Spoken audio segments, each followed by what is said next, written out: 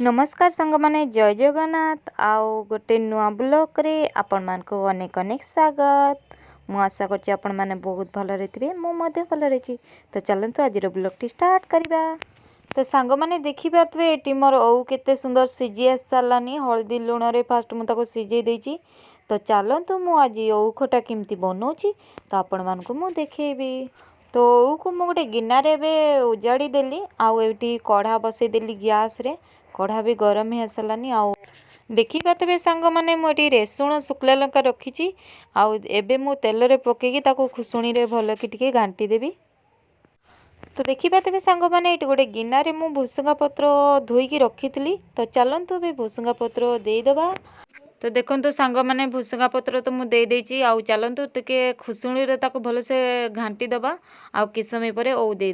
तो सांग माने हेई गला एबे मु ओउ देई देली आउ जो ओउ रे टिके पानी सिजा पानी गुड़ा रखिथिली सेटा कि समय पर दिया जिवो। तो चलंतु ओउ टिके भल से ताको घांटी दबा खुसुणी रे।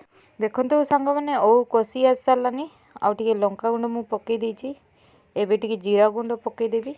तो देखंतु सांग माने मु एबे चीनी पके देबी आउ 4-5 चामच मु पके देबी चीनी कांगिना मिठा टिके दरकार। तो देखंतु सांग माने मोर एबे ओउ खटा हेई जाईछि मु एबे गोटे गिन्ना रे ताको ओजाड़ी देबी। तो आपण माने भी घरे ओउ खटा बनाई की खांतु गरम भात सहित बहुत टेस्ट लागियो। तो आज रो ब्लॉग को एटी एंड करछि।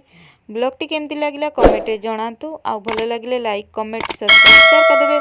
आ गोटे नुआ ब्लॉग सहित देखा हबो। जय जगन्नाथ नमस्कार।